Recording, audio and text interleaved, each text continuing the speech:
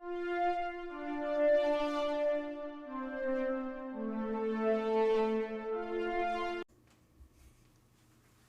are happy to announce that this episode of the SWW show is partially brought to you by Humble Bundle.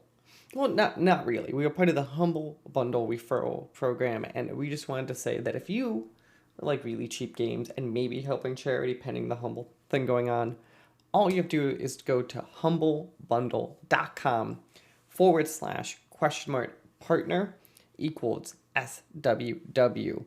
That's right, humblebundle.com/partner equals SWW.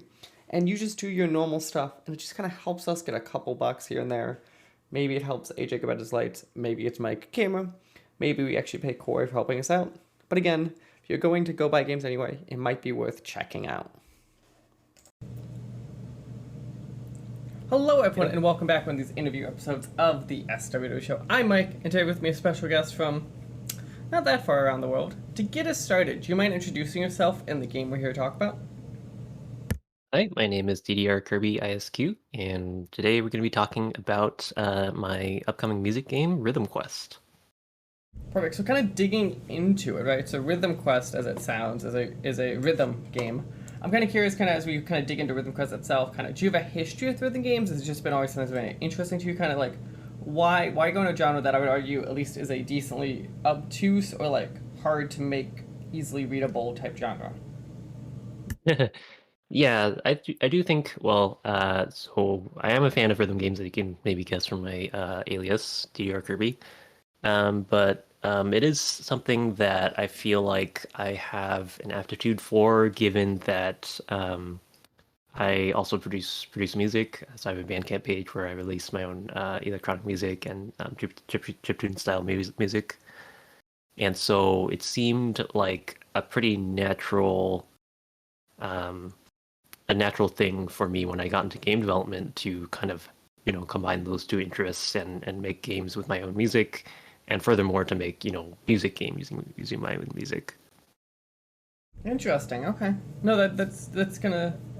It's interesting to me, kind of the combination of you also doing your own music, because I feel like we get a lot of different combos, right? When you have indie games or small games, and the designer slash musician, I always feel like is the one that doesn't happen as much. Kind of, how do you kind of, when you're sitting down and writing music for this now, is that different than like when you just kind of make music for fun, kind of, or do you just kind of just start from there and then kind of see what makes sense?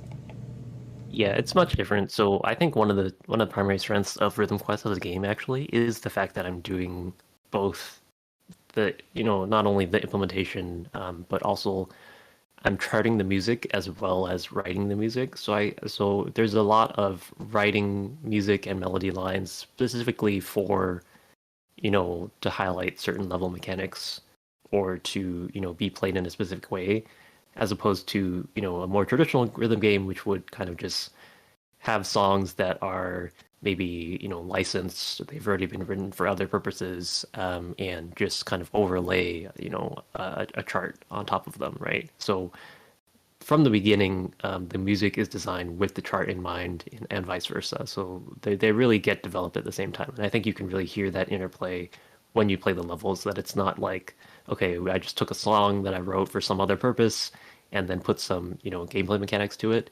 They're really written in tandem, so they really fit together. It has to be a level of iteration and frustration that has to cause, I assume, of like, you're like, this sounds great, and then also you start playing and you're like, this makes absolutely no price sense in context, I assume happens. It's not actually that bad, actually. Again, because I'm thinking about that with the gameplay mechanics in mind. So like, as I'm writing a melody, I know like, okay, I want to have, this kind of rhythmic beat pattern, and I need to I already am restricting myself to be like, okay, I can't use like a million different notes because I don't want to have, that hard of a pattern in, like World 2, for example. So it's already written with that in mind. The one thing I will say that's difficult is if I finish writing the music and the chart for a level and it comes out like that it's too difficult, that's something that's really hard to tune later on, because, well, if I want to change the chart, it doesn't necessarily make sense with the existing music. So there's only and you can't just like randomly delete notes from a melody and have it still sound the same, right? So there's a few little tricks I can use there. Like I can slightly tweak the tempo, the speed of the song. That's a trick that I've used, but you can't push that kind of thing too far either. So that is one difficulty. Yeah, so I'm actually kind of curious. So when you're making the levels, are you literally just listening to the music, or do you have some sort of like I'm overlaying the sheet note and now I just have to, I know kind of something has to match this? Well, I usually do it as I'm writing the music, so so I guess I'm listening to it, and then I right now I don't have a custom level editor program or anything. That's something that's kind of down the line, maybe post release. So I'm just editing my levels in a text editor. Oh, interesting. What are you using for a game engine then? So it's built using Unity 3D. The level editor is a text document? Yeah, so really like if you can imagine like a DDR step chart is really just, a sequence of sequences of four different, arrows, right? So you can easily just say like, okay, maybe I can just enter L, R, U, and D and just like put those in some sort of text document, just like a single string, so that it has the timings for those. And it's pretty much the same way in Rhythm Quest where the level doesn't need to be like I guess what happens is I will enter in the timings of the obstacles and the enemies for the level. So I'll say like, okay, there's an enemy at beat 4, and there's an enemy at beat 6, and there's a jump at beat 7, right? And then my game engine is responsible for taking that very simple timing data and then building an actual, platformer style level out of that. Right. Okay. No, that makes a lot of sense. Let's kind of jump into, we've kind of walked around, let's jump into the mechanics kind of the game itself, right? So as we said, this is a rhythm platformer I'm assuming everyone kind of has an image in their head of like you kind of listen to the beat and kind of base your movements kind of off it. I'm kind of curious, Yeah, is there so anything else? if Yeah, you go can on. think of sort of like one of those runner games, I don't know, like Cannonbolt or something. It's kind of like a cross between that and rhythm games. So your character is always, running to the right at a constant speed, and then along the way there will be obstacles that are synced to the beat. So there'll be enemies that you need to slash on time. There'll be, spike pits that you'll need to jump over at the appropriate time. No, that makes sense. I'm kind of curious immediately, when you were sitting down to make this, what to you were kind of the big things to try to make this game kind of unique to the other rhythm platformers that have kind of been out there? Honestly, I wasn't really thinking of that. I honestly just wanted to make something that I thought was fun. So it wasn't super important that it was like 100% unique. Like I know Bit Trip Runner kind of plays around in a similar space. I do think my game has a little bit of a different aesthetic and a different philosophy with regards to the music design and the chart design. Um, and like I said, I think a big part of it is the fact that I'm writing the music very closely intertwined with the obstacles and the game mechanics. That probably does massive. That's what I'm assuming, just because yeah, that's such an interesting I think still combo of because there's always that problem I think we talk about music and games, right? Of a lot of times the composers don't get the 100% the image of what's going on, where you don't at least get that problem. I'm kind of curious though, because obviously these games I think are very kind of unique to design and balance. We were talking for a minute about how you had that problem where if you like, it's too hard of a level, right? And now we have to go in and rip that whole thing or move its placement kind of. Have you had to do something now and just be like, now I'm switching out the background, this is just a later level? Or when you get those like extremely unbalanced ones, you just kind of bite the bullet and kind of work on fixing them?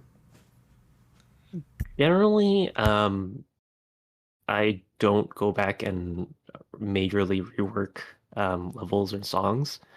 That's kind of just something not only as a level designer but as a musician I tend not to do. Like I feel like once a song is finished, I kind of just hear it that way. It's very hard for me to go back to a song that I've already written and change it up in a major way, especially since my songwriting process and production process is very like how do I say? It's very like flow based. It's very instinctual and very free flowing. So it's hard for me to like go back and recapture that sort of creative energy. So I generally just like write a song once, and then if it's not right, I'll just go back and write a different song. So there has been one or two cases where I think what happened was I decided to introduce. I decided to change the order in which my game mechanics were introduced. So I changed the. I think I flopped around the mechanics from like worlds 5 and 6 or something like that. And so I had one level which I was introducing a new mechanic, but then it just didn't make sense in the new progression. And for that one, for when that happens, I think I just turn those levels into like bonus levels, and I can say like, okay, this can just be standalone aside from the main campaign. That's But it's still a interesting. perfectly serviceable level. It's just Yeah, I no. decided to introduce the So the other mechanics thing in I'm a kind of different way. curious about, right? Because in games like this, it's really this idea of like player load and cognitive load and like how much players can handle at once is always a problem. How do you view kind of like adding new mechanics over time in the worlds? Are you kind of treating it more like, hey, each world is a new thing, so that way we could offload mechanics too? Or is this kind of you're trying to give players long enough to kind of get used to it before you add one more thing they have to worry about? I think it's I don't know. Those two sound the same to me. I guess it's the latter. So each world will have a set of mechanics that it'll introduce, but it's cumulative, right? Like once you get to World 4, you'll also be seeing the mechanics from World 1, 2, and 3. So it all kind of builds, and hopefully, my hope is like, okay, the first level in a world is going to like teach you the very basic version of that mechanic. It's going to make sure, and I'm making sure to make that level a little bit easier since you're getting used to something new. It might be kind of a new sequence of button presses that you have to do. And then eventually it'll get a little bit faster. It'll start mixing in with other mechanics for that you've seen before in the past. And so hopefully we'll be able to, kind of ease you in and get you accustomed to reading all the different patterns.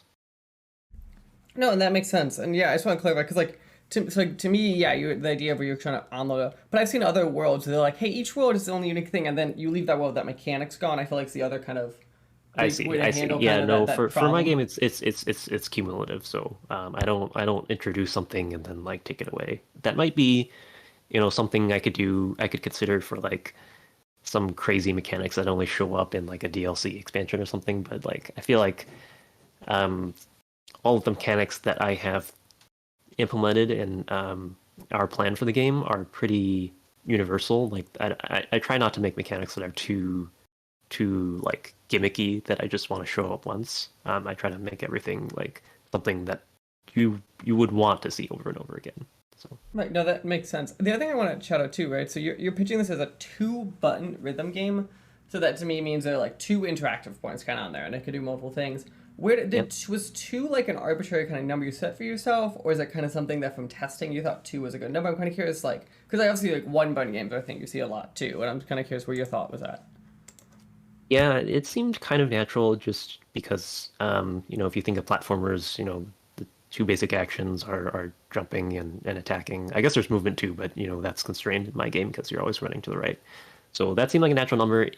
Actually, initially, so where do I start? So it was also constrained because I wanted this to be a release on mobile devices. So this is going to be released, so you can play it on your phone or whatever, right? And so I didn't want to have to deal with futz around with like messy control schemes where there's four buttons, but then it's like there's a little bit of awkwardness when you're trying to like tap on the different buttons on the screen and stuff like that. So initially, actually, I had three buttons. There was going to be like a jump, an attack, and there was going to be like a shield button. But I decided I really didn't need that. I couldn't actually. I think I only had the shield button because it seemed in flavor because it was like, oh, you're attacking, so of course you can like shield You have attacks, to right? defend, right? If you attack, like yeah, these are Yeah, but like you then inherently you like, of course. like I didn't actually think of any game mechanics to actually have that work. So I think it was implemented for a little bit, but then I never actually used it, and I was like, oh, this doesn't actually seem necessary. I can just make do with the two buttons. So, That makes a lot of sense. So as we're talking now, the game right now has a demo up on Steam, and it's coming out. Correct me if I'm wrong. Later this year at some point. so the official release date is 2023 question mark. I love the question mark. Like, it's the age old problem of game development, right? We're like, yeah, we're aiming for this year. ish, near Yeah. this year, this decade. So I'm kind of curious. Maybe you're still working on some of these deals and not sharing everything, but kind of what can players kind of expect at launch? Are you kind of aiming for like a few hour experience? Kind of like, do you have like a level goal you've talked about, anything like that? Yeah, so the main campaign is going to be 6 different worlds, and each one of those is going to have five different levels. Each level, I would say, is probably around 2 minutes in full length. Um, so I don't know how much add together that is. That's I guess an hour of like raw in-game. You're actually playing through the level gameplay. So probably, but well. I say that, but that's only if you can. That's only if you can perfect clear everything on the first try. So really, it's probably more like 3 hours because some of these levels do get pretty hard, and I've seen people. I've seen people going through certain checkpoints and respawning a lot. So Do yeah, yeah. That is, it's the age old thing of like you're like I see it all the time. Hard, and want your hand to someone. They're like, but yeah, that's good. So a few hours there. Do you have a price yet in mind, or is that still kind of being worked on? no, that's something I'll also have to do some market research on. Right now, I'm just focused on finishing the game. So Right. So the game that we're talking about is Rhythm Quest, currently available as a demo on Steam. You can wishlist the game now, which helps every developer out. Please wishlist games. Is there yeah, that would definitely help out a lot. is there anything else you feel like that people should kind of know, kind of anything particular about the game? You mentioned there's a demo on Steam. The demo version of Rhythm Quest actually runs in your browser as well. So you just go to rhythmquestgame.com. You can check that out as well, even if you don't want to download Steam or whatever. There's also downloadable builds if you want to download it for PC or Mac or Linux. But you can also just literally try it in your browser.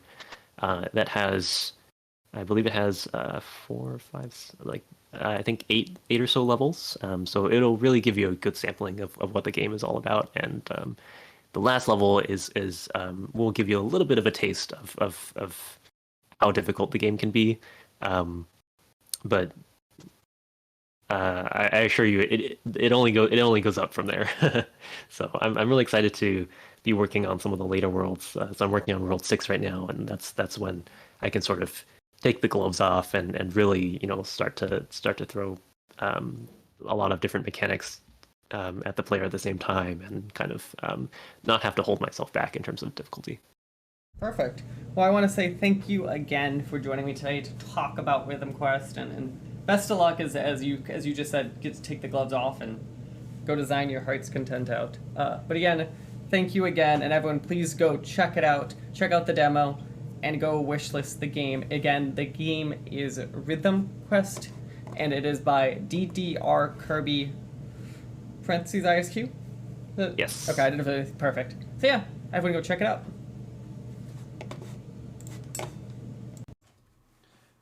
The SWW show and all of its affiliate podcasts are podcast by me, Mike Maroney, and AJ Losi, sometimes by contributors, including Corey King.